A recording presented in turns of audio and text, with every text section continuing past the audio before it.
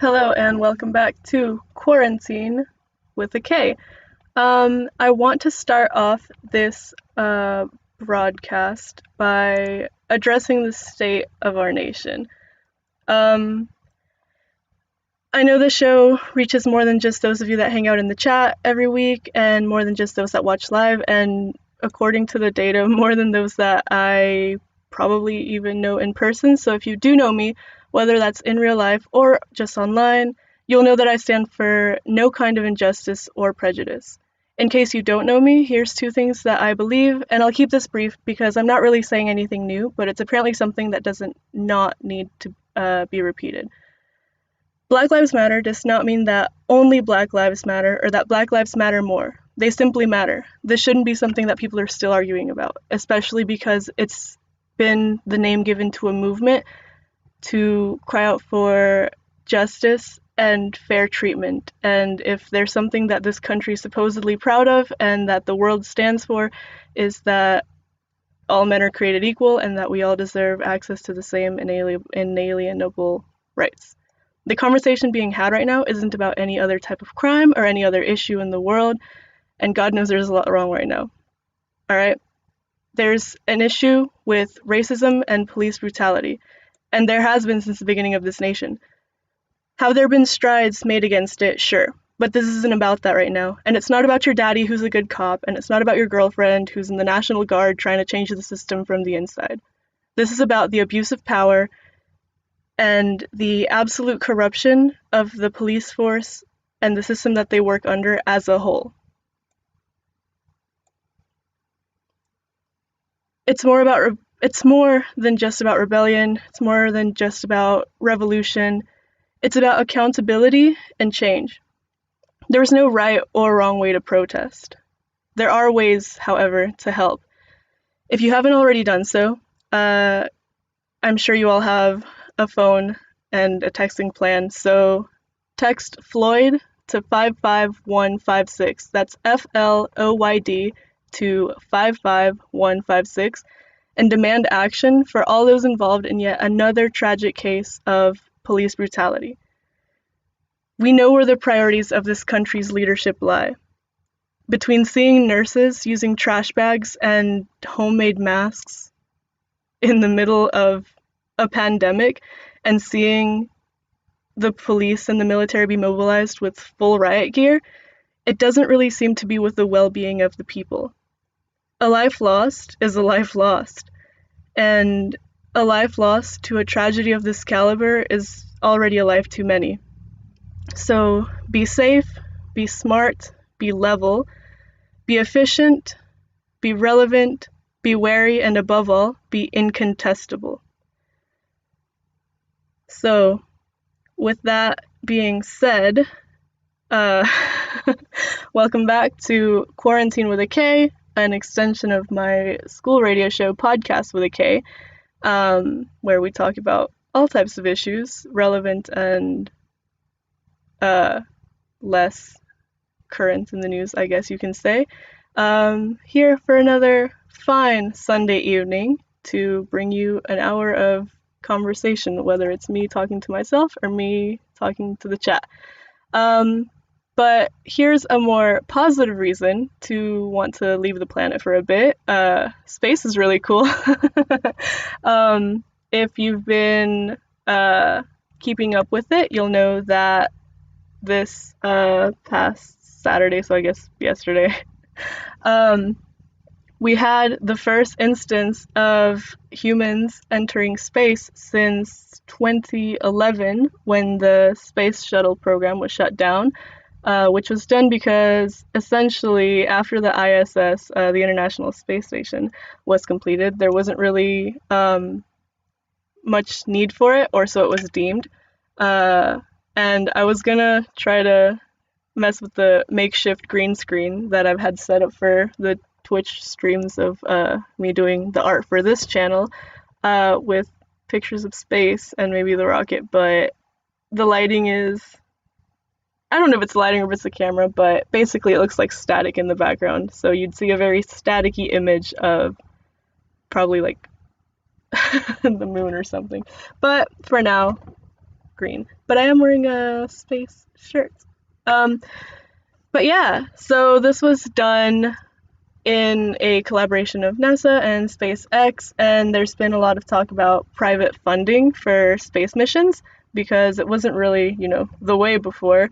But as the experts were saying on the news, there's more immediate response from private funders, such as what we've seen recently, and thanks to it, now we have a new mission in place. So they'll be staying in space for, and this is interesting because it wasn't like a set duration of time. The mission depends on I guess whatever it is that needs to get done, but according to here, and I wanted to check the numbers to to have it right, but they can spend either 114, well, they can spend up to 114 days or 16 weeks. And the administrator of NASA, Jim Bridenstine, said they may return to Earth in early August. But something else that was noteworthy about this launch was that after detaching from the space station, well, to begin with, whenever the rocket went up into space, the part that detaches from it, it's the first time I think that it's been like reusable. So like that part was meant to come back down to Earth, which was pretty cool. But after returning, I think they'll be landing in Florida. But as they were doing their little broadcasting, they were talking about different abort points. So should they need to like land, or should anything change and they couldn't make it into space, one of those points was in North Carolina, which is crazy because I never knew that was, like, first of all, I didn't know that was a thing, and second of all, I didn't know there was one in the state. But to me, it's super exciting because there's so much possibility in space just from like the point of gaining general knowledge, which is, overall the biggest thing we can hope to gain from it. But I think the part that detached from it also landed in Florida, and it was like, the name of it was funny. It was Of Course I Still Love You. So they were talking about it, and I was watching a couple of different streams because there was the one on the news, there was the one that they were broadcasting like from their site, because NASA's I think was live streaming it as well, but a streamer that I was watching that was doing commentary alongside it mentioned that having it be called Of Course I Still Love You is super weird, because imagine coming into the room and hearing that and you're like, wait, me? You're talking to me? But I was also watching Bastille, who if you've been here for a while, they're my favorite band. They've been doing, through the quarantine, a thing called Distraction Tactics, which is basically a series of live streams that they do with different speakers and guests, usually to discuss films, because they've started kind of an online film club. But they had one during the launch, and it was really cool. It was postponed from Wednesday because of the weather, but it was still pretty cool to see it on Saturday, even though the disappointment of waiting all day Wednesday just for it to be scrapped. But yeah, and there's also another mission, which I think is super, super exciting, but not only because I'm in love with the movie The Martian, but there's going to be one set for a rover called Perseverance, which is a fitting name because the trip is going to take 7 months. So it's going to take 7 months for it to get to Mars, and it has to land within like a 2-year window, because it has to be like all the conditions and everything has to be like super specific. But I think it's meant to stay up there. Yeah, it's meant to stay up there for 2 years, and it's the first like return flight for anything. the rover that everyone, I guess, if you pay attention to space, would have known of before was Curiosity, and that was up there for 8 years. But this one is gonna have 25 cameras and audio mics and different like scientific instruments, because they're trying to detect if there was ever life on the planet and whether it can sustain life, because they know that theoretically oxygen could be not made or created, but like it can be sustained on Mars. Um, and they've like run simulations where they confirmed, quote unquote, that it's possible. Um, but there's already been talk, and it's been between Elon Musk and Jeff Bezos, of course, because they're rich and they can afford to have these types of conversations about whether the moon or Mars should be our focus, not only to like land and explore and research, but also to dictate whether or not they can be inhabited. And that's a, a ongoing conversation and debate that I have seen across, the news and discussions with experts, and also just between myself. Um, First of all, would you want to inhabit another planet? And second of all, if it was possible, should we? Right? Because unfortunately, um, the planet we currently inhabit is essentially dying. And so it kind of seems like an escape route for when this planet is unsalvageable. But I feel like also if these planets were treated as tourism spots, they'd be inaccessible to pretty much everyone except for the rich, because they have like some tourism things where you can like pay to go high enough in the atmosphere that gravity is not like strong anymore. So it's basically like Space Simulator, the vacation. um, but it's super expensive. So the question being here, to inhabit another planet, would it be possible and would it be right? Um, Me personally, I feel like it should be definitely something that isn't ignored, because going to another planet is seems to be the only way to save um, humanity in the hopefully distant future. Um, but what's going to stop people from killing that planet too, or from over inhabiting it, or from monopolizing its resources?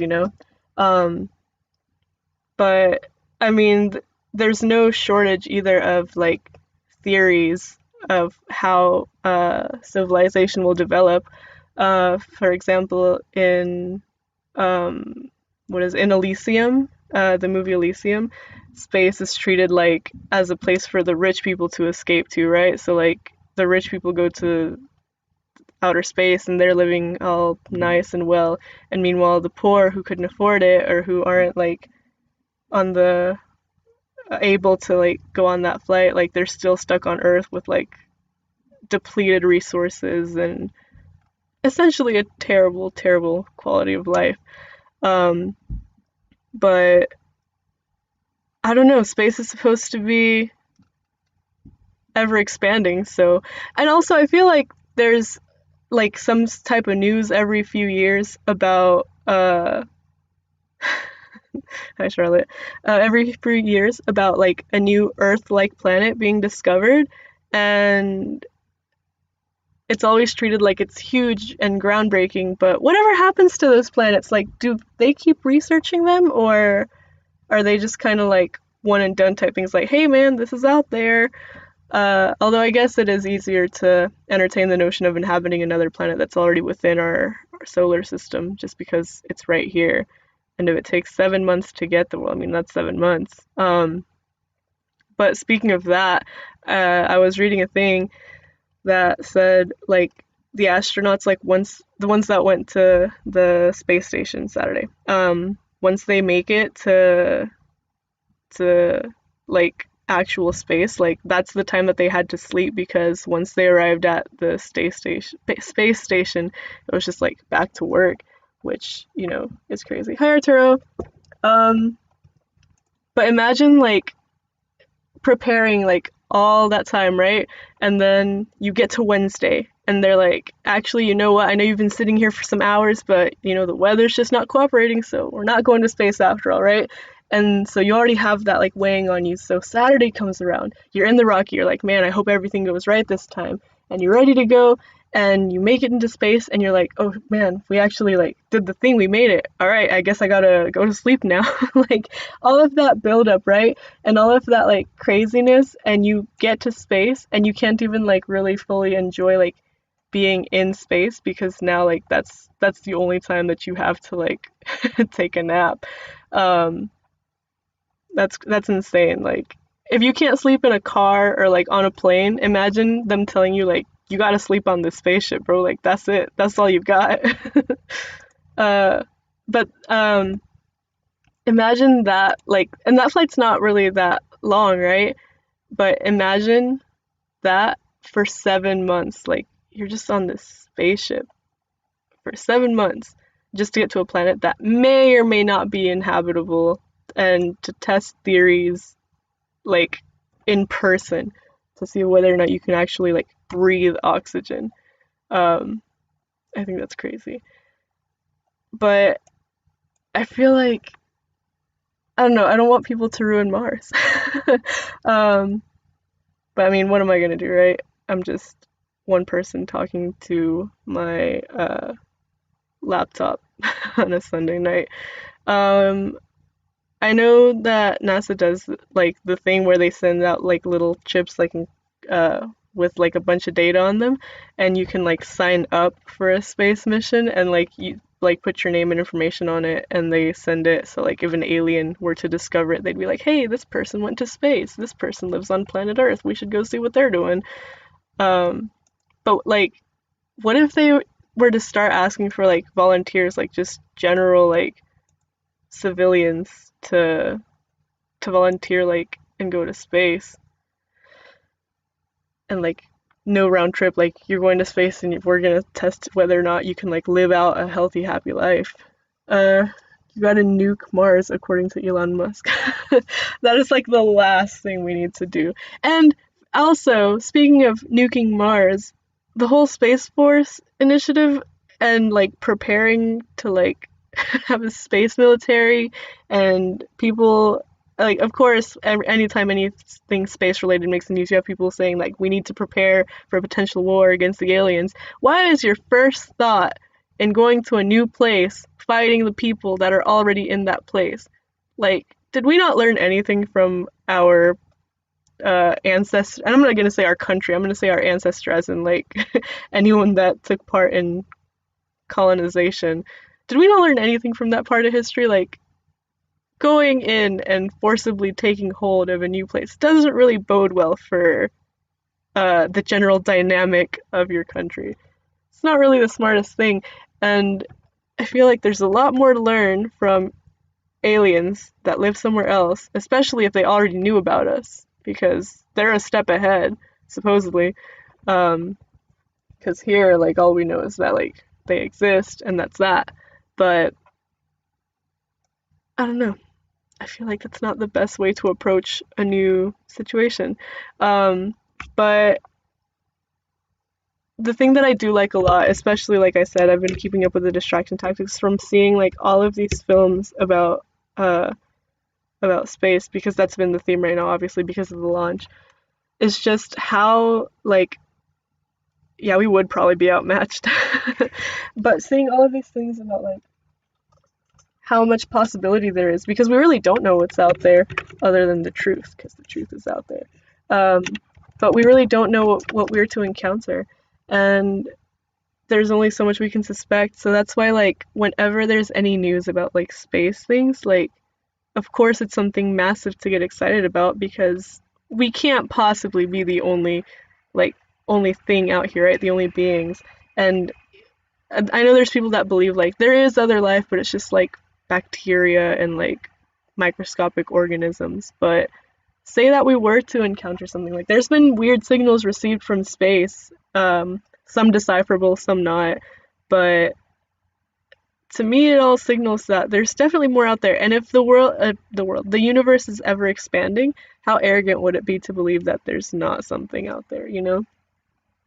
Because, like, if there's an infinite universe that continues to grow, and there's, like, I mean, it's also not, like, new information that there's other planets that have been discovered that are just like Earth, like, why wouldn't there be life on those planets too, you know?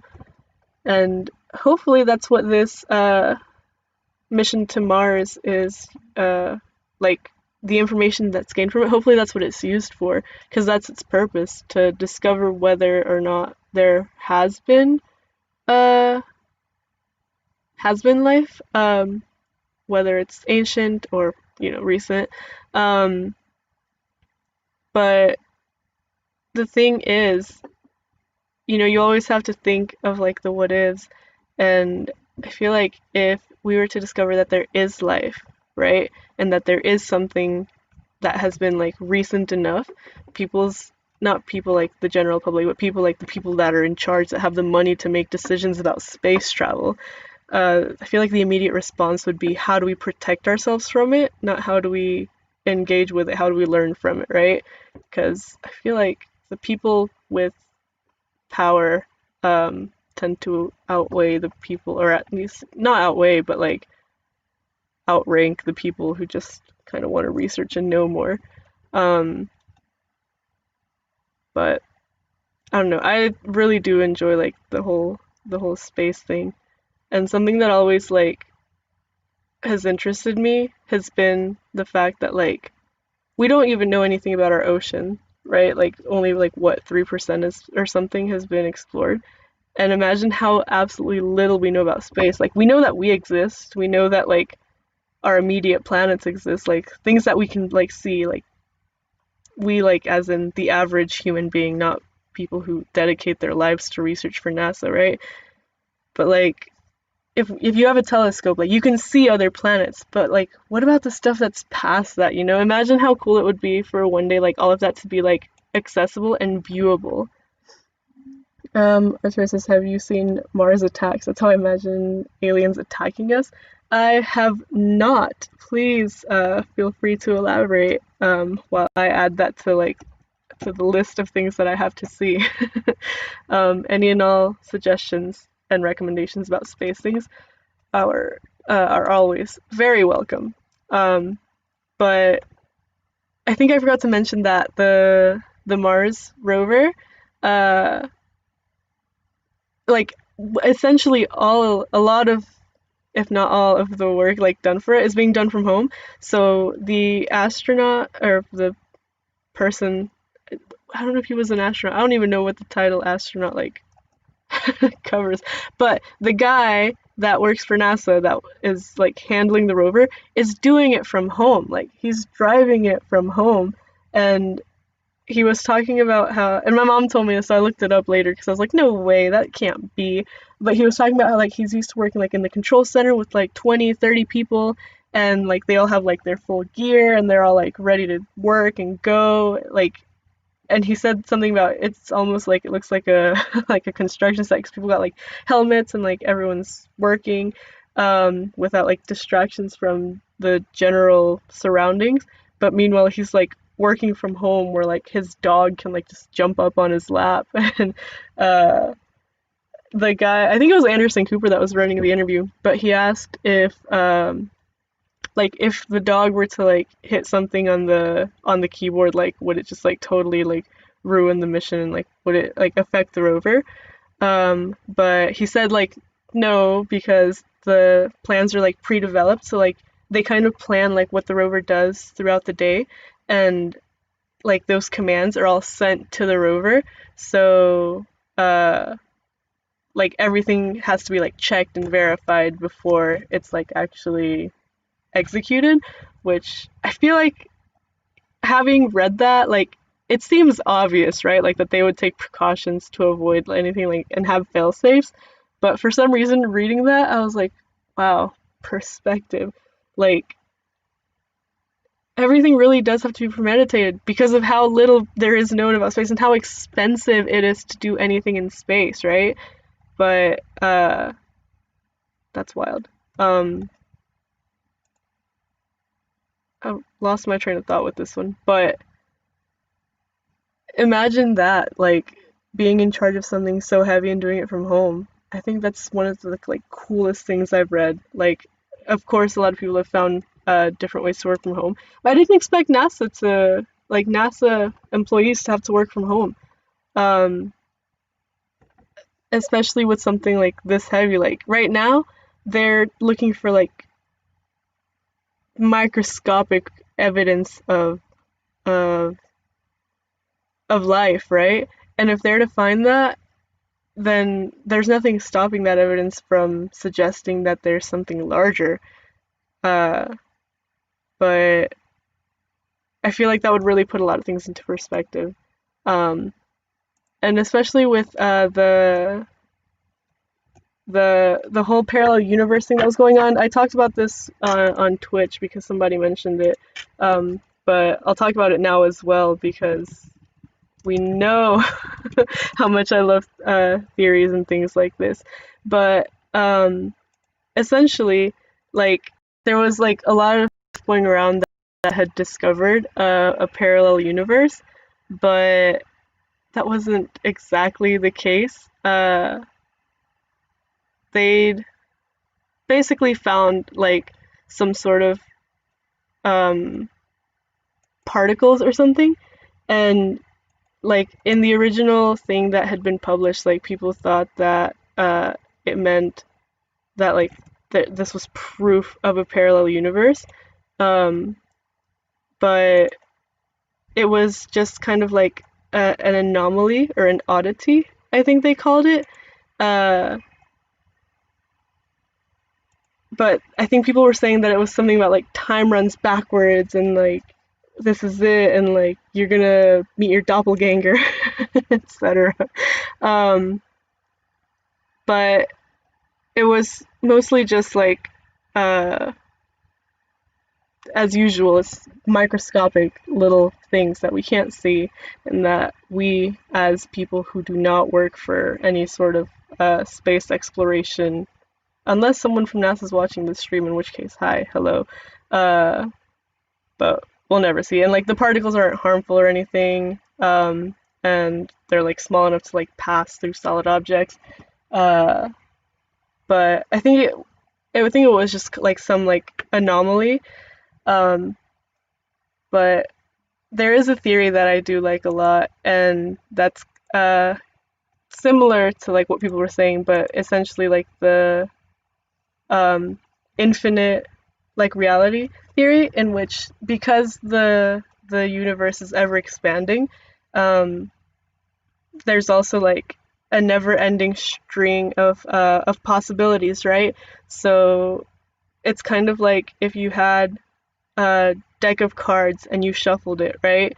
And no matter how you shuffle it, like the chance of you getting that same one, uh, that same like order of the cards is pretty slim, like if not impossible for the average being. Um, but the same way that you shuffle a deck of cards and every time you get a different result, it's like that, but with like particles and atoms and situations and circumstances. So like somewhere in this infinite universe, there's another galaxy just like this one with another solar system just like this one with another Earth just like this one. But there's only like one difference, right? And that one difference is maybe like instead of having like this, like I actually managed to get the green screen thing up, or even as minuscule as instead of wearing this shirt, I'm wearing like an actual NASA shirt, or instead of streaming this on YouTube, I'm streaming it on Twitch or whatever, right? And every single one of those possibilities, every single one of those universes, well, not universes, galaxies, exist somewhere, right? And there's also a lot of theories that there's multiple universes, and if that were to be true, that kind of just expands everything. And for a while, I thought about it a lot as kind of as a way to obviously not live vicariously, because I don't know if there's another me out there doing other me things, but just kind of as a way to like be at peace with my decisions and with like the choices, because and maybe it's because I read a lot of those like choose your own adventure type books and games as a kid, But anytime that like I go to do something, I'm always like, all right, I'm making like just like a fork in the road type decision, right? I'm doing either this or this, but if I do this, then I'll have to do something else and something else, and it escalates. Kind of like following the train of thought behind like the ripple effect or the butterfly effect, right? Um, and even something as simple as that, like I would kind of come to terms with it by thinking, well, in another galaxy, in another Earth, in another reality, I did the other thing. So that reality is being lived out by someone else. It was just my turn to do this one. And saying it out loud sounds kind of silly, um, but be that as it may, I've caught myself thinking about that ever since I saw the other thing with the parallel universe thing trending. Um, but that's also like an entertaining concept to think about because it it's weird to think that like everything that's going wrong here is going right over there, right? Or vice versa. Like if we think we have it bad, there's another universe where everything is the same but worse. Um, but that seems a little bit more daunting than just thinking that this is it. I know some people like to think that our experience is like one and done, like what we live through, like that's final. Other people like to believe that like there's an afterlife, there's reincarnation, but that all seems so much more explorable with the concept of there being uh, an infinite possibility of infinite realities, especially if in one of them, in one of the universes, it really is you, and like you have like the ability to, or not even the ability, the knowledge that the others exist. Because for me here and this version of myself, it's just a theory. It's just something I heard online in a YouTube video when I was a teenager, watching things on my iPod Touch at the library off of the public Wi-Fi. Um, and in another reality, like that's the truth. Like that is the existence that I'm aware of. That's insane to me to think about even now, because after all those years, I'm still thinking about that video and about that theory. Um, but that's crazy to think. And in another of those realities, I could have met myself and had this conversation. In another reality, I was the one that made the video explaining the theory. Um, but yeah, in general, that's just one of my favorite theories to just lose time thinking and talking about. Um, but I can't believe that it got to trending so big that like NASA had to debunk it, or I guess the articles that had to debunk it for NASA. But I don't know. I wonder which will come first, the discovery of a parallel universe or of actual aliens, or not even just the discovery, but the publication of that knowledge. Because since we didn't raid Area 51, we're never gonna know what they're hiding there. But we have gone way off, way off on a tangent than from what my original conversation was, which was about space exploration being privately funded. um, because for like ages, like it seems like NASA always takes the hardest hit whenever there's budget cuts. And you'd think that knowing that we live in a floating rock in the middle of nowhere, in a really dark, weird, scary concept that is the universe, we'd want to know more about it, you know, especially in the interest of self-preservation, which seems to be one of the bigger motivators um, for inhabiting another planet or even just exploring another planet. Um, it's crazy that it's come to private funding for it, and of course, with someone like Elon Musk, who has so much money and so many other projects as well. But not even that, just someone who's so like, I don't want to say quirky because I feel like that word's demeaning to the power that he holds because of how rich he is and because of all of the following and honestly just access to resources that he has that not a lot of other people do. It's crazy that the decisions lie in the hands of such few people, or such small groups of people, right? Because we really just kind of have to go with what we know.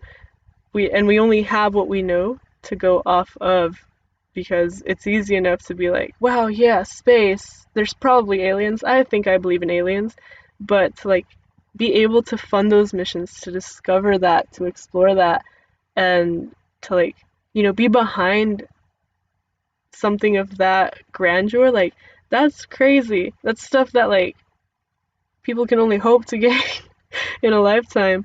Um, but I do know that there were like different like publications and stuff that they'd said that the mission to Mars, they don't want it to be kind of like monopolized. Like they don't want it to just be one person or one country. Like they do that, like that it should be something that's done kind of like with everyone's opinions and input in mind. Um, Especially like with uh other countries that have cared, because like to be fair, the countries that we hear the most about are just like the US and Russia, right? Trying to explore space. Um, but oh, and China. But like other countries have like their own, um, I guess, space branches. um, we just never really hear about them, and I guess they're also not as funded. But I really hope that in the future, that's where like more money goes into.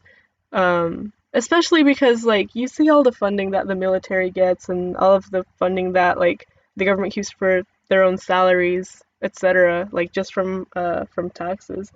Uh, and so much of it could be redistributed towards space exploration. Like that's something that's super cool and super beneficial. But unfortunately, it does not seem like that's being done in the near future. Um, I don't know. I feel like we should dedicate more time and resources to it though, because it's like I said, it's been 9 years since 2011, which was the last time that people had gone to space, and it's not like all missions were just like scrapped. It's just no person had like gone, um, like in this for this purpose, and that's wild because it seems kind of like it was only being done for the sake of competition. Just kind of like to prove like we went to space, cool, that's it, bye, like mission accomplished. But like there's so much to be discovered. There's so much we don't know, and we talked about it on uh on the show before. This is one of the first episodes we had, I think, which was about how like even things like the moon, there's so little known about it, and there's so many conspiracy theories about it because things aren't known about it.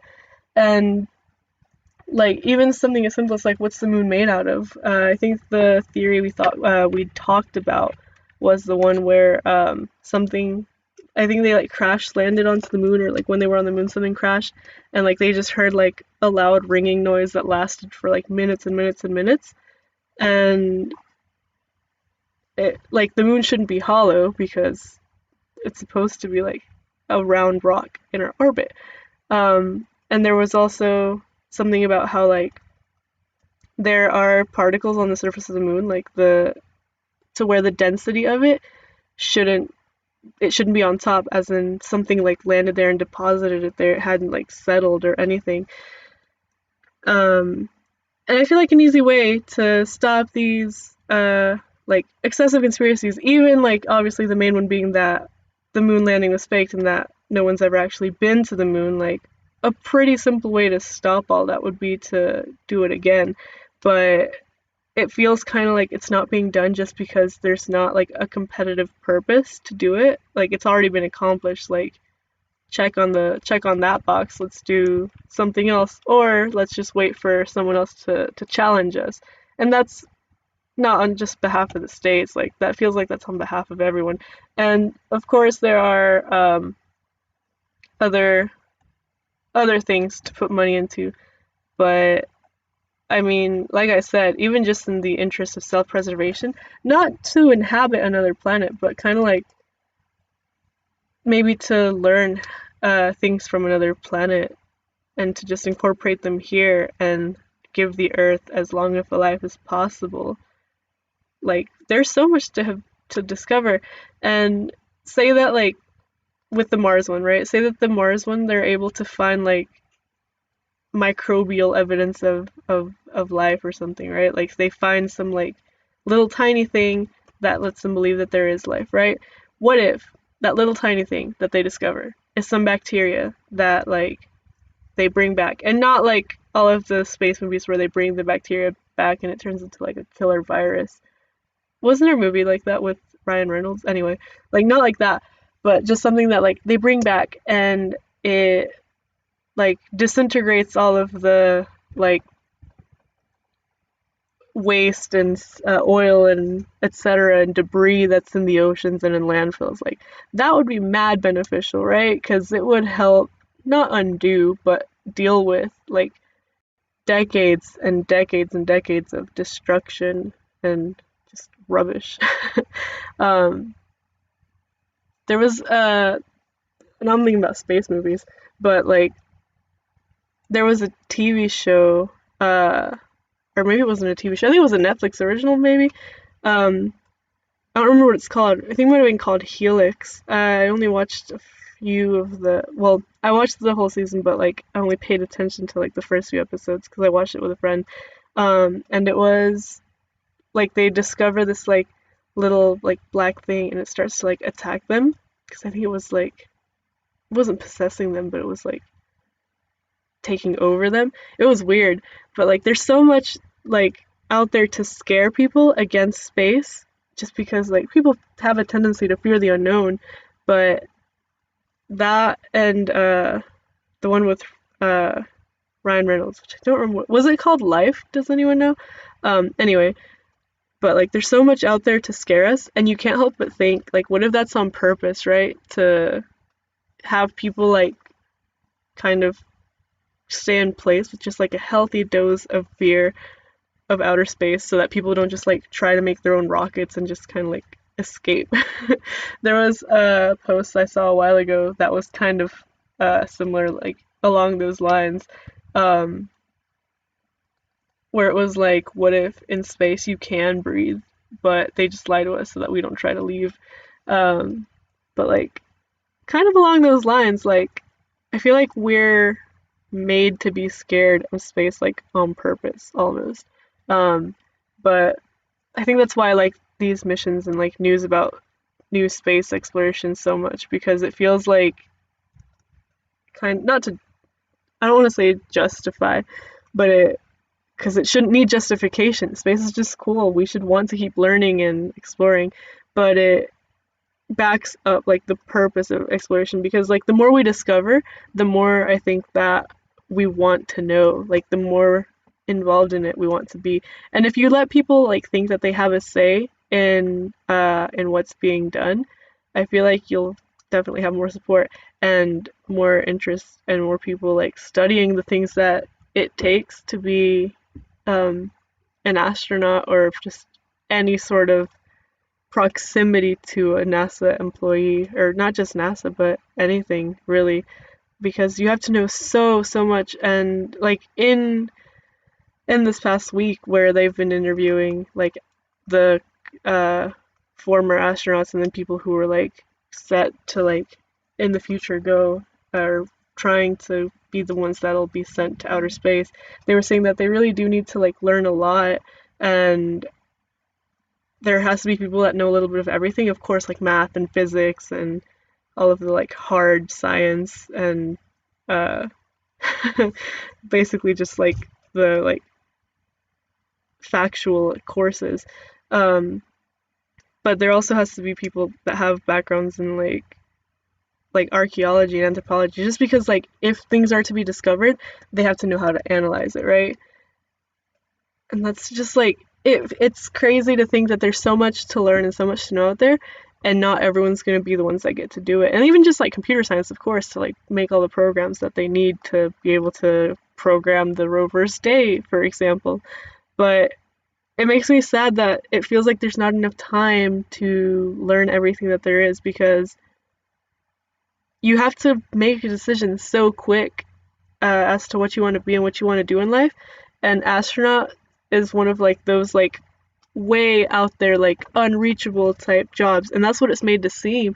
Because if you pay attention to like the careers that are pushed more to people, it's always things that are like always hiring and within the immediate grasp, like developers and uh like trade workers and businessmen, just things that are here to make quick money, and that are necessary, honest, like, of course. But on the other hand, there are such like bigger careers that are, I guess, there to explore different theories and concepts, and just more about even just the planet that we live on, uh, and the universe that our planet is in. And people just, it's not advertised. I can't think of a single time when I was told that that was like a potential career path, you know? And the high school I went to was very like STEM heavy, but it was more towards like nuclear engineering, which might be just because of the state that I'm in, um, and like agricultural conservation.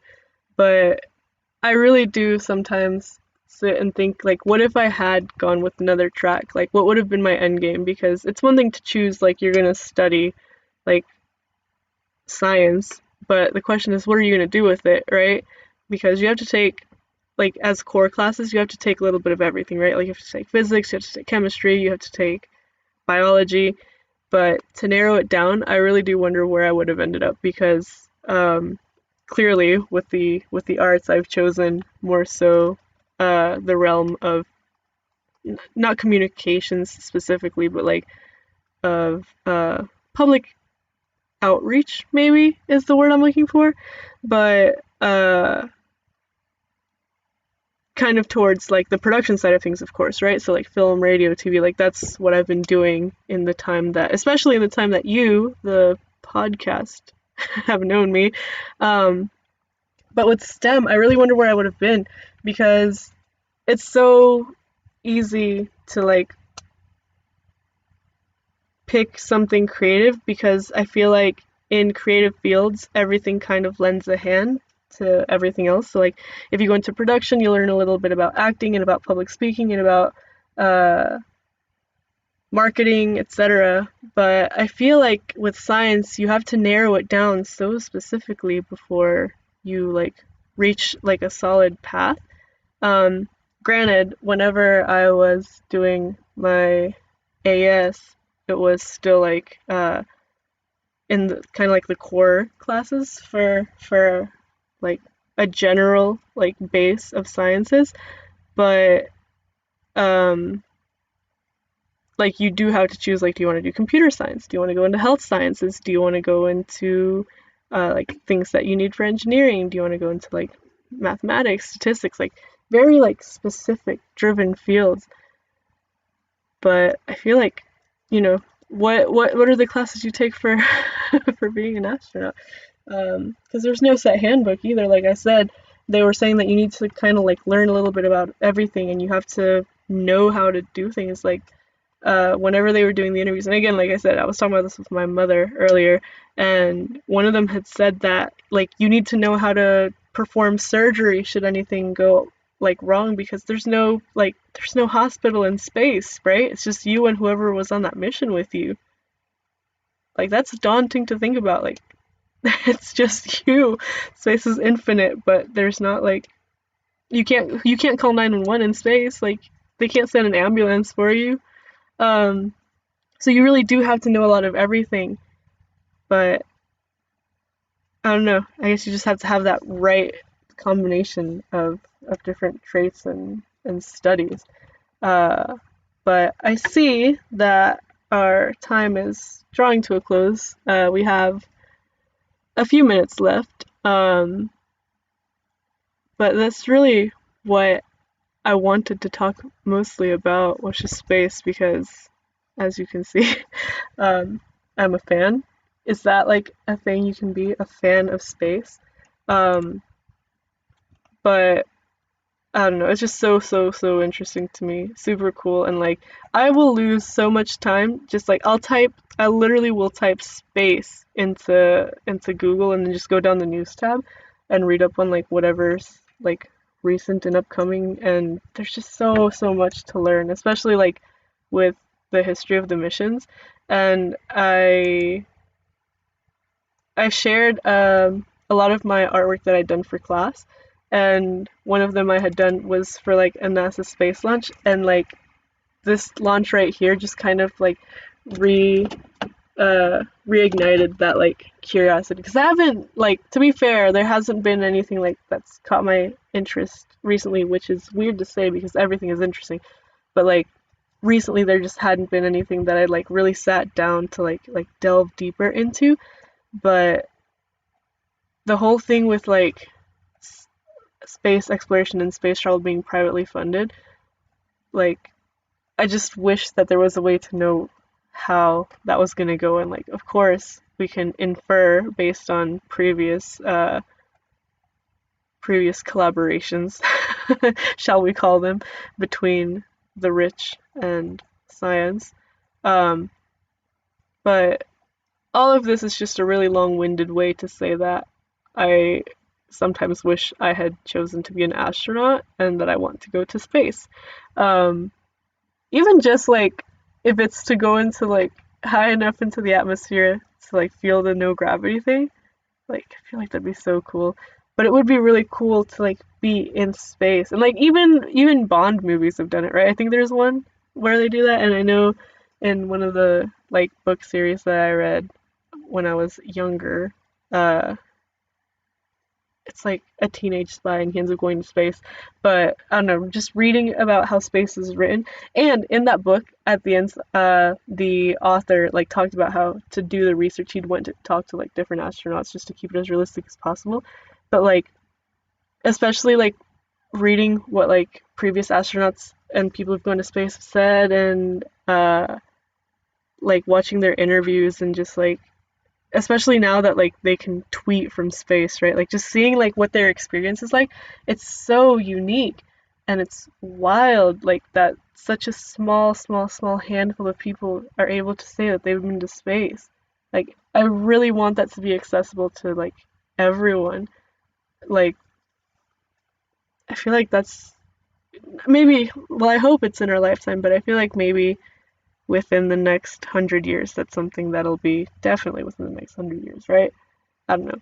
Something that'll be like as commonplace as taking a plane trip to Hawaii or something, right? Like not everyone has done it, not everyone has access to it, unfortunately, but like I hope it becomes something that people can do, right? Like just say, like if you want to save up for vacation, like, oh yeah, I'm going to the moon next summer, like how cool would that be to say? And then you know that like way into the future some like jaded kid is gonna be like, ugh, I have to go to outer space again. It's like, are you kidding me? Back in 2020 people would have loved to go to space. um but that's, oh, nice collection of space emojis. That's I God, I wish that were me. um but yeah, space, final frontier. um I will say that I do think that before the general public can go to space, I feel like production will take place in space. I do think that like it'll start with reporters for sure, and then after that it'll be um like maybe like one time series and maybe like one big movie, and then it's gonna be like some huge reveal like in collaboration with Hollywood and like the world's five richest science enthusiasts. We're prepared to give you the new opportunity to go to space for like $1 million, and then everyone's gonna be like, oh, sick, never mind. But anyway, I've rambled about space for more than long enough. I'm gonna go ahead and sign off before the clock strikes 12 in the style of Cinderella because my internet will be apparently having maintenance done on it and I don't want to get cut off by a sudden lack of Wi-Fi or internet in general because if the internet's being like maintained, I don't think Ethernet would work either. But with that being said, thank you for watching, thank you for listening, thanks for hanging in the chat, thanks for keeping up with my weekly ramblings. Hopefully we'll be back next week with new nonsense and new guests, so keep an eye out for that. Just looking to lock down dates with people that I've been trying to have on the show for ages, because there's a few that I'm in current contact with, but it's unfortunately all about scheduling, especially now that we're all in different parts of the country doing our own things. Hi and bye, Messiah. But yeah, there's that, and I'll be working on the overlays for this channel on Twitch, same same username, twitch.tv/CarlyGirl if you want to see me do digital art and continue the conversation, because I talk about everything and anything that's on my mind whenever I have a chance to, and also just kind of to myself as I sit here and ponder the future of the world. So thanks, have a good night, and we'll see y'all next week, same time, same channel. Have a great week.